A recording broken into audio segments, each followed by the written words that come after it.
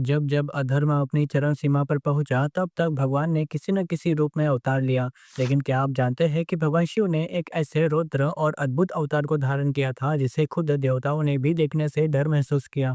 जब भगवान नरसिंह अपने भक्त प्रहलाद जी को बचाने के लिए खंबे से प्रकट हुए, तब उनकी क्रोध की अग्नि को शांत करने के लिए भगवान शिव ने यह भयानक शरभ अवतार लिया था। लेकिन ऐसा क्या हुआ कि स्वयं महादेव को यह रूप लेना पड़ा? आइए ये इस वीडियो में पुराणों की कहानी से जानते हैं।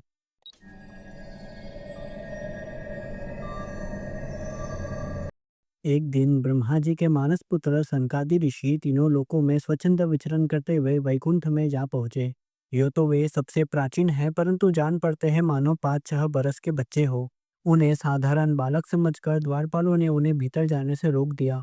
इस पर वे क्रोधित से हो गए और उन्होंने द्वारपालों को यह शाप दिया कि तुम दोनों भगवान विष्णु के समीप निवास करने योग्य नहीं हो, इसलिए शीघ्र ही तुम यहाँ से पापमयी असुर योनि में जाओ। उनके इस प्रकार शाप देते ही जब वे वैकुंठ से नीचे गिरने लगे, तब उन कृपालु महात्माओं ने कहा कि 3 जन्मों में इस शाप को भोग कर तुम फिर इसी वैकुंठ में आ जाओगे। वे ही दोनों द्वारपाल दीति जी के पुत्र हुए। उनमें बड़े का नाम था हिरण्यकशिपु और छोटे भाई का नाम हिरण्याक्ष। भगवान विष्णु ने नरसिंह रूप धारण करके हिरण्यकशिपु को और पृथ्वी का उद्धार करने के समय वराह अवतार ग्रहण करके हिरण्यकशिपु को मारा। वे ही दोनों दूसरे जन्म में विश्रवा मुनि के द्वारा केशिकी के गर्भ से राक्षसों के रूप में पैदा हुए। उनका नाम था रावण और कुंभकर्ण। उन दोनों का उद्धार भगवान विष्णु ने रामा अवतार से किया। फिर वे ही दोनों जय विजय अपने तीसरे जन्म में शिशुपाल और दंतवक्त्र के रूप में क्षत्रिय कुल में उत्पन्न हुए। तब भगवान श्री कृष्ण के चक्र का स्पर्श प्राप्त हो जाने से वे सनकादि के शाप से मुक्त हो गए और फिर से वैकुंठ धाम को प्राप्त किया।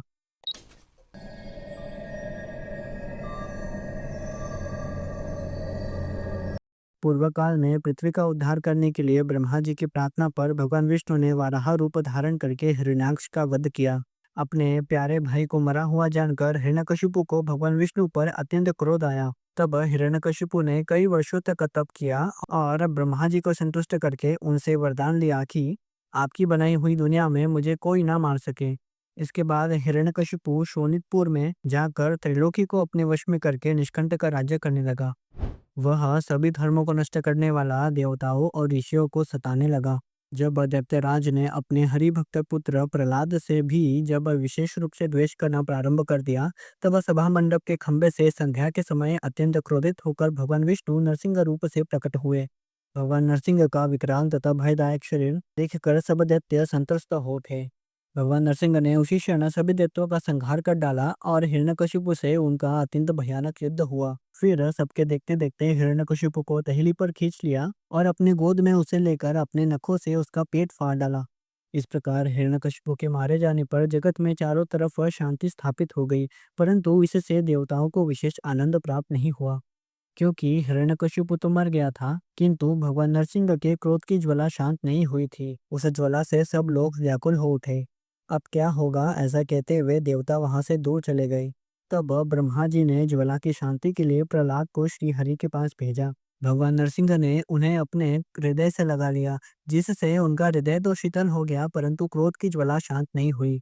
तब दुख को प्राप्त हुए देवता भगवान शिव की शरण में गए और वहां जाकर उनकी स्तुति करने लगे। उन सब देवताओं की स्तुति सुनकर भगवान शिव ने कहा कि आप लोग निडर होकर अपने अपने स्थान को जाए। आप लोगों का जो दुख है उसे मैं सब प्रकार से दूर करूंगा। जो भी मेरी शरण में आता है उसका दुख नष्ट हो जाता है, क्योंकि शरणागत मुझे प्राणों से भी अधिक प्रिय है, इसमें संशय नहीं है। इसके बाद भगवान शिव ने भैरव रूप वीरभद्र का स्मरण किया। उसी क्षण वीरभद्र अपने गणों के साथ वहां आ पहुंचे। तब भगवान शिव ने उनसे कहा कि असमय में देवताओं को घोर भय उत्पन्न हो गया है। भगवान नरसिंह की गोपा अग्नि प्रज्वलित हो उठी है, तुम इस अग्नि को जाकर शांत करो। पहले सांत्वना देते हुए उन्हें समझाओ कि आप क्यों नहीं शांत हो रहे हैं। फिर यदि वे शांत न हो तो तुम मेरे परम भैरव रूप को दिखलाना। शिव जी की इस आज्ञा को स्वीकार करके गणाध्यक्ष वीरभद्र जहाँ नरसिंह भगवान थे वहां शीघ्र जा पहुंचे। तब वीरभद्र भगवान नरसिंह से कहने लगे कि आप संसार के कल्याण के लिए अवतार लेते हैं। पूर्व समय में जब प्रलय हुआ था, तब आपने मत्स्य का रूप धारण करके प्राणियों को अपनी पूंछ में बांधकर भ्रमण करते हुए उनकी रक्षा की थी।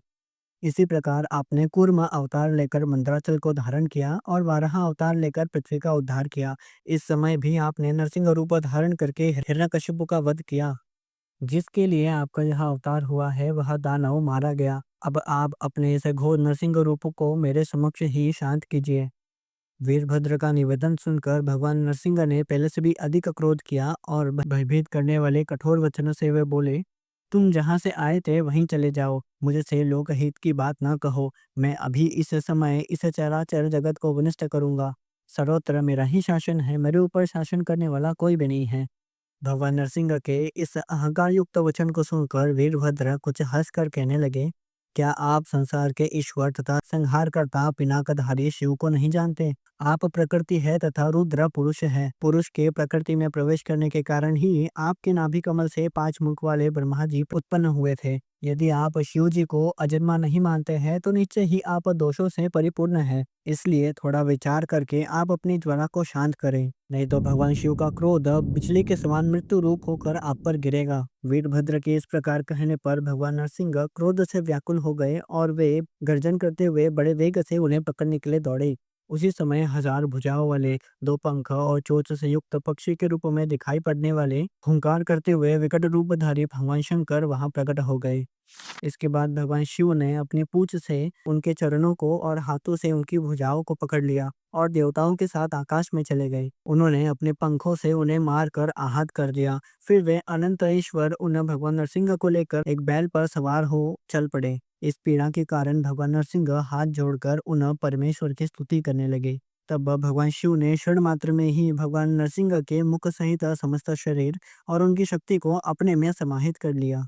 जैसे जल में जल, दूध में दूध और घी में घी मिलकर समरस हो जाते हैं, उसी प्रकार भगवान विष्णु भी शिव जी में मिलकर समरस हो गए। फिर देवताओं को बहुत तरीके से वरदान देकर भगवान पक्षीराज देवताओं के देखते देखते वहीं अंतर्धान हो गए। तो दोस्तों, इस प्रकार भगवान शिव ने शरभ अवतार धारण कर नरसिंह अवतार के प्रचंड रूप को शांत किया और सृष्टि में संतुलन स्थापित किया। अगर आपको यह वीडियो पसंद आया हो तो इसे लाइक करें, शेयर करें और हमारे चैनल को सब्सक्राइब करना ना भूलें। और आज के लिए इतना ही। मिलते हैं अगली वीडियो में अगली कथा के साथ।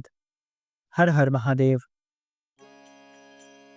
ब्रह्ममुरारिसुराचितलिङ्गं निर्मलभासितशोभितलिङ्गं जन्मज दुःखविनाशकलिङ्गं